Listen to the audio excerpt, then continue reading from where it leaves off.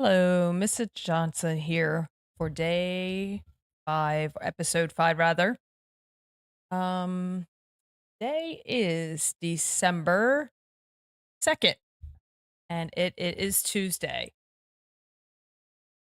Okay, I guess I just knew new one. Okay, so hope everyone had a great weekend. I did do this over the weekend, but I'm not sure if everyone tuned in. So, in case you didn't, hope you had a great weekend. It's now getting closer to Christmas because it's December. Now I can feel like I'm in the Christmas spirit because in November I'm thinking Thanksgiving, not Christmas. But anyway, just wanted to get that out there.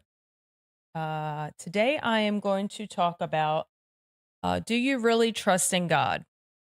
Uh, that's a hard thing to ask someone because everyone's going to say yes.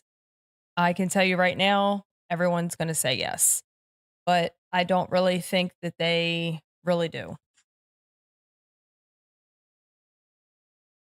Um, I know when I lost my job, everyone just kept asking me when I was getting a new job. That's what everyone said. When are you getting a new job? Are you looking for a job? And I just kept telling them no. And they looked at me like I was crazy. So that to me means they didn't really trust in God, but I did. I trusted God. And eventually, he just gave me a job. I never looked. And trusting God is hard. It's not like something that you think to do all the time. And so, sorry, I'm trying to see my live chat because I cannot see it on my laptop.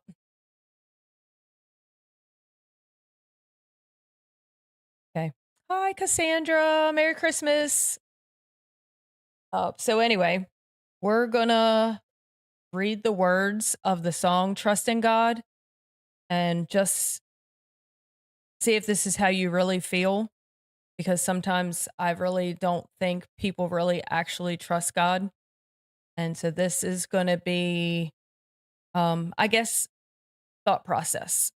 So this says, Blessed assurance, Jesus is mine. He's been my fourth man in the fire time after time, born of his spirit, washed in his blood, and what he did for me on Calvary is more than enough. So just that makes you think is he died on the cross for you. His blood was shed for you. So why wouldn't you trust him? That's what I get from the very first little verse. And then it says, Oh, I trust in God, my Savior, the one who will never fail. He will never fail. I trust in God, my Savior, the one who will never fail. He will never fail. Perfect submission, all is at rest. I know the author of tomorrow has ordered my steps. So this is my story and this is my song. I'm praising my risen King and Savior all the day long. And then of course it just goes on back into the verse. Um so this is what I just want to talk about is do you trust that God died for you, that he's risen, and that he will always be here for you? I don't really feel like a lot of people do. And I've learned in the last, how many months has it been? 8 months that I never really trusted him either. And now I don't have a choice. And you don't want to be in that place.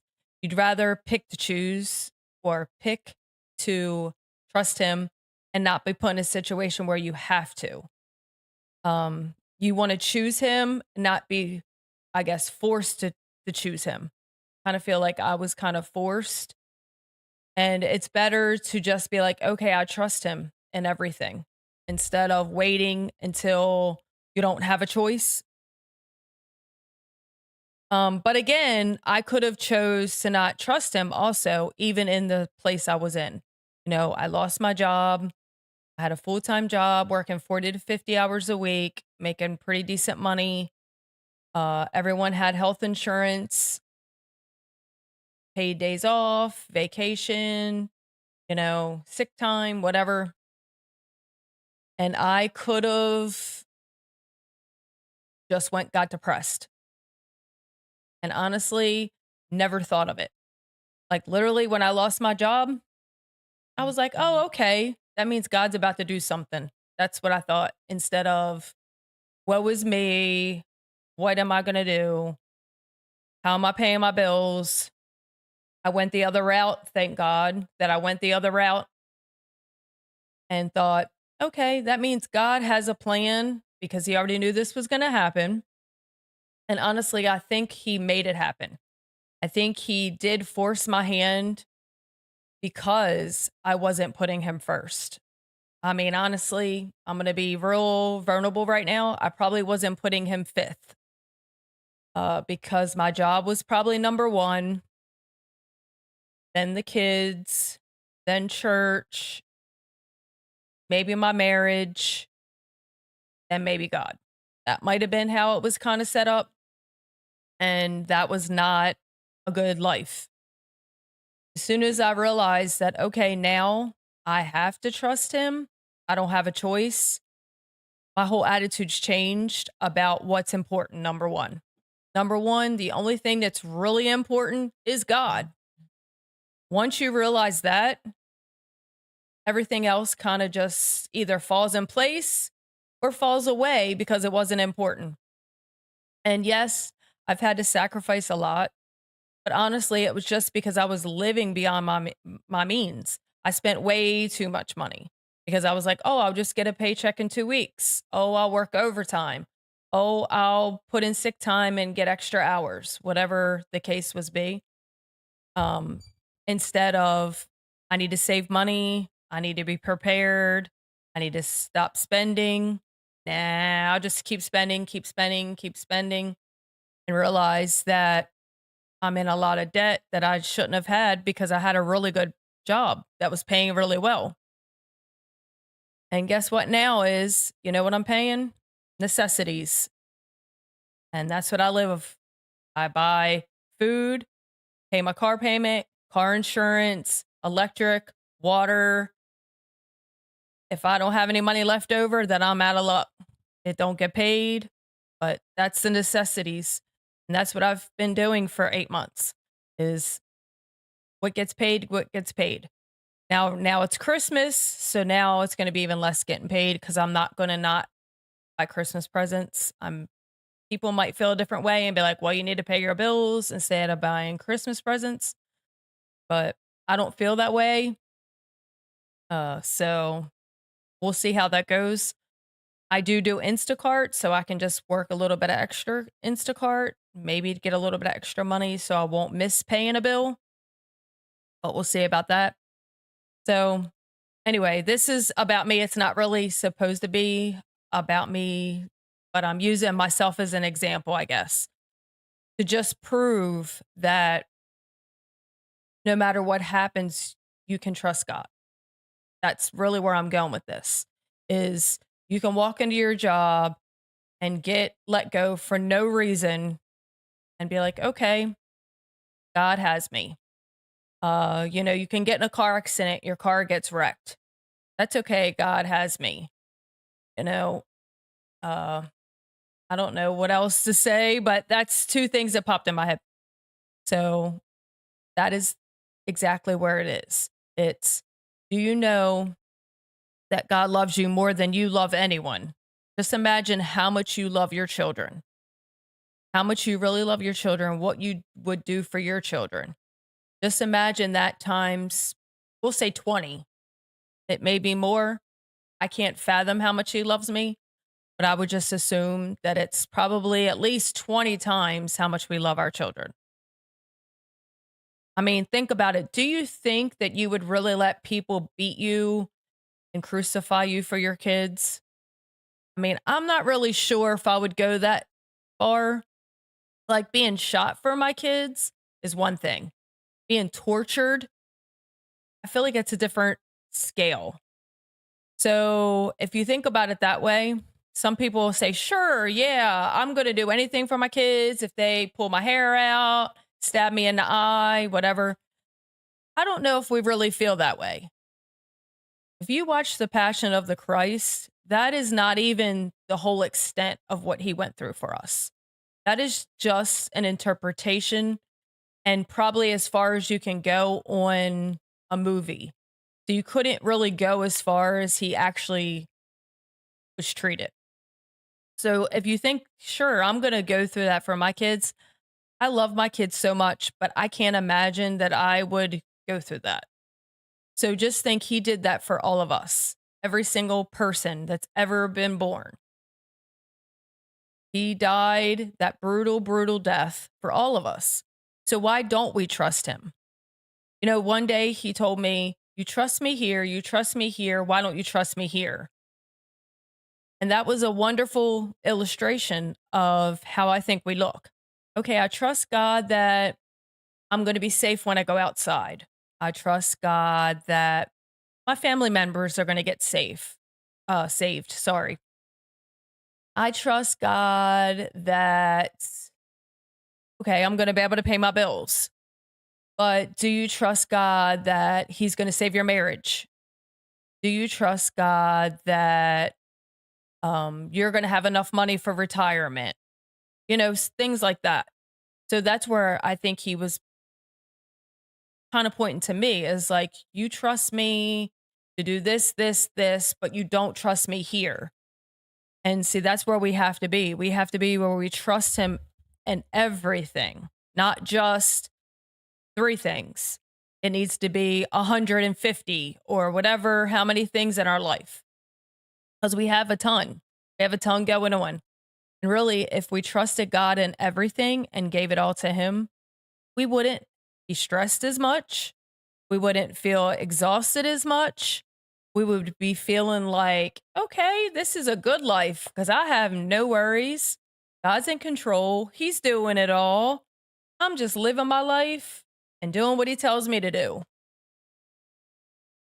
So that would be great if I feel like if everybody just got that concept is it's not your problem. Just give it to him, hand over the keys and just let God do. And I've, in the last 8 months, have felt so free just knowing that I don't have to worry about my boss yelling and screaming at me. I'm not doing it fast enough. What I'm saying at work, because that's what I got fired for, something I said. Uh, I don't have to worry about what time I have to be to work. Do I need to request off? All those things because my job is set and I work around my 3-day job. And if I do have to switch my time, I just switch my hours. It's no big deal. They just are like, we're just glad you show up whenever you show up. We're happy to see you. And that's how they are. They're appreciative. Like, thank you for showing up. Thank you for doing a good job. Thanks for working hard. I'm doing a job. I had no idea what I was doing. Would never see myself sitting at a sewing machine and sewing fabric together. Never in a million years, never used a sewing machine before. Learning how to sew. Said, hey, it must be something I'm going to use for something. I can use it to make clothes. If anyone needs clothes, hopefully eventually I'll be able to make clothes. Not really sure what I'm learning, but that may be it. I guess I'm learning that everything's not about how fast you can go and having a whole bunch of money. I'm guessing that's where I'm at. I'm learning that just the little things are what's important. You know, whenever I want to go out of town, I can go out of town. Whenever I want to stay up late, I stay up late. I'm not living around Aldi, since I'll tell everybody what the job was just in case you didn't know. You know, my whole life revolved around Aldi. Now it does not. So I'm not sure what anyone's going through that's going to watch this or is watching it right now. But don't make it harder than it has to be. It doesn't really need to be hard at all. Like, life is so much easier if you just don't worry about the big stuff. Worry about the little stuff. Take it a day at a time. Okay. Honestly, tomorrow's not guaranteed. You're not promised tomorrow. Worry about today. Today, I need to make such and such for dinner. Tomorrow, I think I'm going to decorate. This is what I'm actually thinking right now because I think I am going to decorate tomorrow. I wish I would have decorated last week because it is getting cold here. So now I have to decorate my outside in the cold. Kind of sad. It was in the 70s last week and I could have decorated when it was 70s and now it's in the 30s. So there's the weather here. Not much different than Baltimore, but a lot less freer. So, moral of the story is just live day to day. It's so much freer than to think, oh, I need to know what I'm doing next week. Oh, I need to know what I'm doing next month. Oh, I need to know what I'm doing next year. Should you have goals? Sure. But it shouldn't be like a worry, like you're concerned, you're afraid, being afraid of how you're going to get something done. Let me tell you, I was afraid to do this. Right now, I'm nervous, if you can't tell. This terrifies me to sit in front of this microphone and talk to whoever's listening, whoever may watch this. But at the same time, it's like, wow, it's something I never saw myself doing. And it's kind of cool. It's like, okay, let's do something new. So just saying that number one, doesn't matter your age, doesn't matter your gender, it doesn't matter your color. Like everyone wants to use all these things. I'm going to be honest, most of the podcast people that I watch are all different colors, all different races, women, men. It doesn't matter. People want to use that for everything. But if you trust that God is in control and he's leading you to do it, just do it. That's what I decided is I felt like this is what I was supposed to be doing and I'm doing it and I'm very nervous and eventually I won't be. This is episode 5. I'm still very nervous and it's okay because eventually I won't be nervous anymore and I'll just be able to talk like a normal person because right now I feel like a robot. I don't feel like a normal person. But it's all about how do you want to live your life? Do you want to live your life worried, in fear, in doubt? Or do you want to just live your life is free?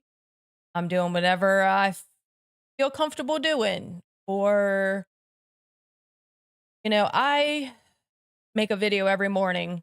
It's a devotional. I don't know if anyone watches that, but I do one every morning. Every once in a while I miss because if I oversleep or something, but I do it. It's a devotion.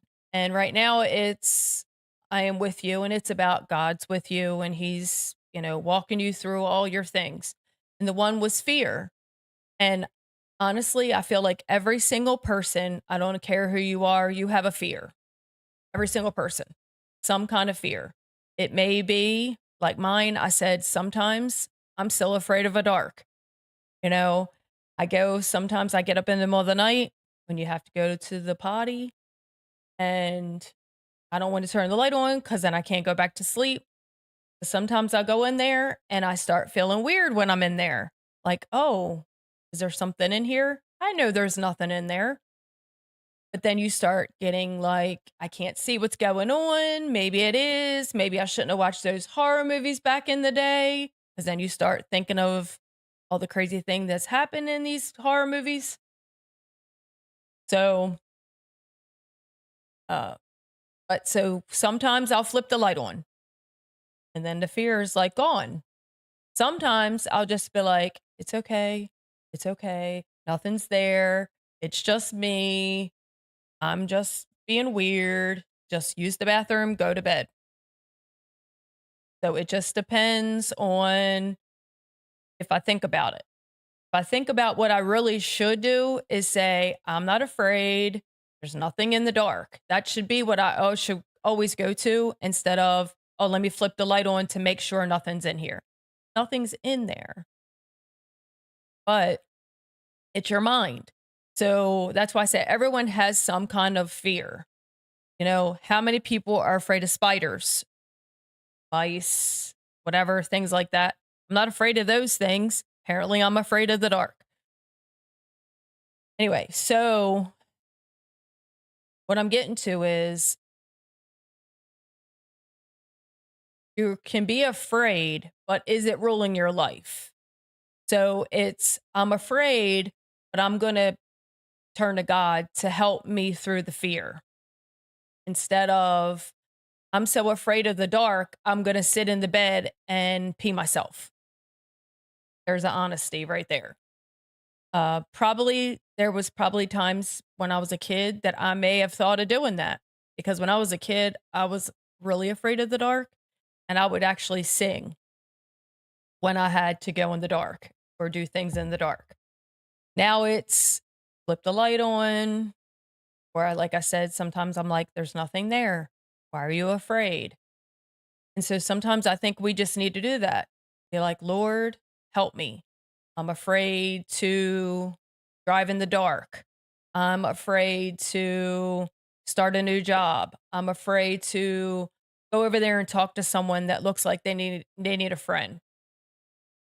That's something I used to be afraid of. I used to be really shy. No one believes that, but I used to be really shy and I had no friends because I was very shy.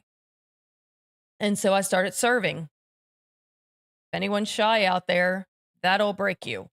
You have to talk to people to make money. So that's how I started talking and getting to be more bold. And then I never really could just go up to people and start talking to them, even knowing that I was a little bit more bold. Now I can.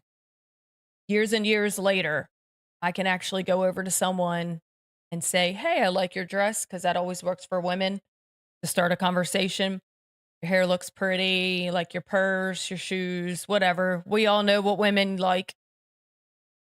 And it was funny. My husband said the other day, he's like, why do women always do that? Men don't compliment other men's outfits and hair and stuff like that. And I said, well, why not? Why don't men compliment men? I feel like men should. Hey, dude, I like those shoes. Where'd you get them? That's what women do. And it's nice for women to feel like, oh, they look cute. I don't know. There's one man watching Joe. What do you think? Why do you think men don't compliment other men about their outfits? I know women do it, but he said it because we went out to dinner and I had glitter in my hair, and the server said, "Hey, I really like your hair. It looks cute. The glitter's cute." That's what she said. And I gave her my secret, which I'm not going to say on here.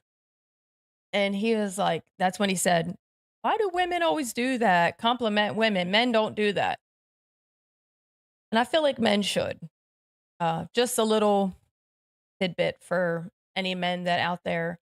Maybe it makes you feel a certain way. I don't know. Women don't care. I know a friend of mine back in Baltimore. She said it's funny is when we get a compliment about our shoes or our outfit, we always tell people where we get it. Like, oh, your shoes are cute. Oh, I bought them on sale at Target. I guess that's kind of why I told her about my hair. My little secret about my hair was, I guess that's the same thing we do. I guess we want them to know, hey, you can buy it too. It's not just something for me. It's, I guess, to also, they made you feel good by saying, that's a cute pair of shoes. Your hair looks cute. Hey, you can look cute too. I'm not really sure if that's why we do it, but we do it. So anyway, Sorry, I ramble a lot. I'm so sorry. Like I said, I'm still kind of nervous. But so when you trust in God fully, it's a process. You're not going to say, okay, today I'm going to start trusting in God and everything. You may, you may not. And that's okay. Again, I was in a situation where I didn't have a choice. I had to trust. Like I said, not a good place. You want to trust him because you trust him instead of, oh, I don't have a choice. Like I didn't have a choice. I pretty much felt like, what am I going to do if I don't trust him? I'm going to probably go crazy, get depressed. I don't know, drink. I don't know, but I never even doubt it. And that's where he wants us to be. He wants us to trust him in everything, everything we do. I thought about like everything we want, we could talk to him about. Because honestly, that's the things that I love the most is when he does the little things. Sorry, my flag keeps falling. Um, the little things. I said this the other day. I don't know who heard this, but it was like, okay, I see something that I think of someone, and I'm like, oh, it's a turtle. My daughter likes turtles. I'm gonna buy this for her. And so if someone does that for me, like, hey, I saw this penguin. I was thinking of you. And I'm like, oh, that's so cute. That's the little things.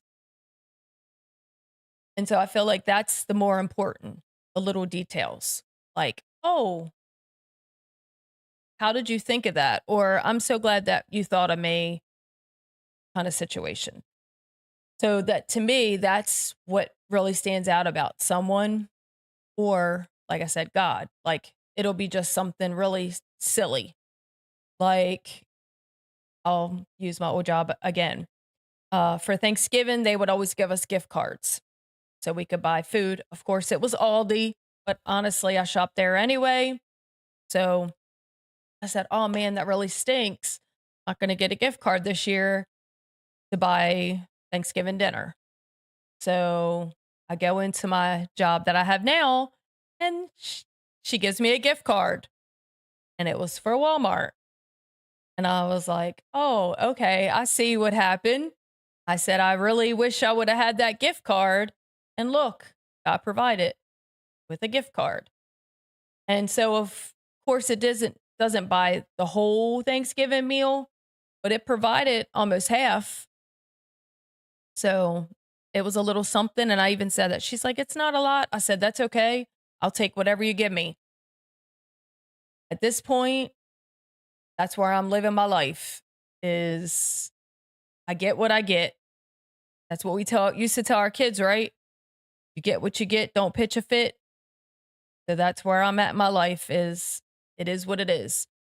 But I had to be in a place, I guess, of submission. I guess it was more submission and then trust.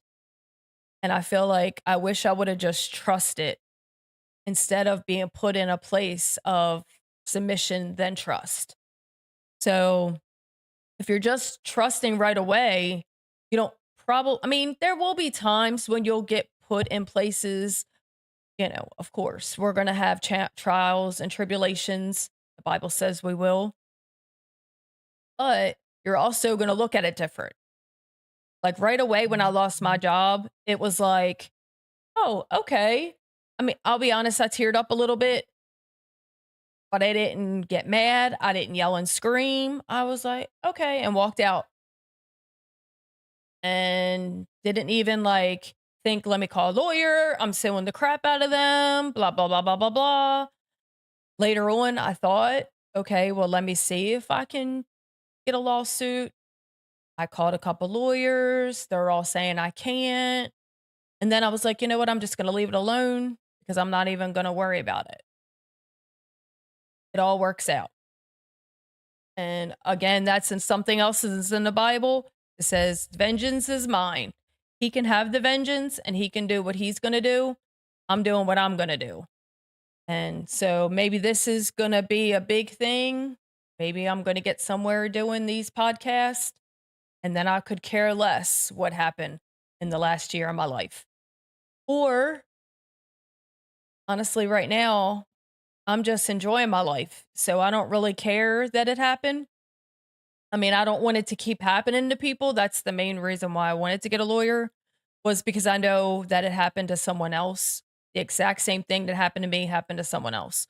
So it was more of that than I need to get a lawyer, sue the crap out of these people, get a whole bunch of money, all that. It was more like these companies can't keep doing this to people. That was more of why I wanted to do it. And so I did do a podcast. My friend had me on his podcast telling my story just to get it out there and just let people know what's going on. And I felt like that was okay. And so we'll see. I don't know what's going to happen in the future. I know right now is I'm just living day by day, and I'm trusting that God will do it. And hopefully that everyone's that watching me right now or is going to eventually see this, that you trust God too, because he'll do it. He always does. Even when we won't see it, even when we're like, um, how's he going to do it? Or even when he does it, we don't know it because it may not be the way we thought. You know, we're looking for a light bulb, it to be like, oh, that was God.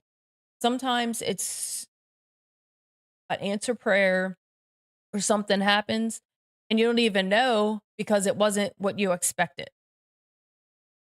And so, I'll use like moving down here is we just picked up and moved whatever fit in my van. We moved down here. We didn't have jobs. We didn't have a house. We had nothing. Um, then I got a job and we got a house. Then we found a church. And right now I have more friends than I ever had in Baltimore. I lived in Baltimore for 34 years and had probably 2 friends. Here, I have lots of friends and lots of people that I can call and people that I can turn to. And honestly, I miss my family. Honestly, I do. But up there, so many things happened to me growing up and when I was older that I really needed to get away. I was in a very bad place up there. I was depressed, suicidal. I needed to get away. So we picked up and moved here. And I don't live that way anymore. I don't think about driving my car off of a ridge, which is very easy to do here. I live right by the ridge. Now I'm like afraid to drive on the ridge that I might fall off the side of the ridge. I don't understand how people live on the ridge. You look like you're going to fall to your death. Um, so just saying that I am in a place right now is I'm just living today and we'll see what happens tomorrow. And then I'll live tomorrow and I'll see what happens tomorrow. And I'm not saying everybody can live that way. I'm not saying that. Of course, some people don't. I guess, what are they like type A personality where you can't live like that. Like you have to have a plan. And honestly, I used to be that way. And then I feel like as it just one day switched off. Now I really plan nothing. And you can ask everybody in my house, I planned everything down to what people were going to wear. I would buy all our outfits and we all matched. And I was a planner. Now it's today is whatever today is. Tomorrow is whatever tomorrow is. And it is what it is. And I'm just so much happier living like that instead of constantly knowing what's going to happen. Because honestly, you still don't know what happens. Even if you plan, most of the time, the plan doesn't work out. So just trust that God has a plan. That's the plan. How about that plan? Is God has a plan, God's going to do it, and we're just here for the ride. And right now, that's how I'm living my life. And I'm just saying, even if you're a planner, even if you're going to worry about tomorrow, the next day, just trust that God has your back. That's more important than anything. That he always has your back. He is always in control. And even when we think that the most worst thing, anything could ever happen to you, God knew it was going to happen, and he's got a plan, and he's got your back. And I think I'm going to stop there because it's getting late and it's about dinner time. So thank you for watching. Please like, share. The more people can see this, maybe the less I'll be nervous, and someone might have needed to hear this.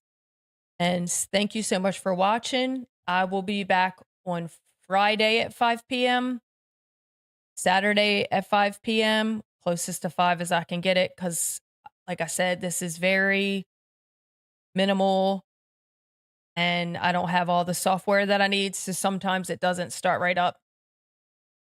So 5 o'clock Friday, Saturday, Sunday, Monday is what I'm hoping for. Again, who knows with the technology, but I'm going to prepare. That's the plan. And I don't know what I'm going to talk about. Honestly, what I talked about Sunday and today was literally downloaded into my brain on Sunday when I was at church. It was two different things. So it was pretty interesting. They kind of correlate. If anybody wants to watch what I talked about on Sunday, it's a lot to do with what I talked about today. So anyway, thank you so much for watching. God bless you and God bless America.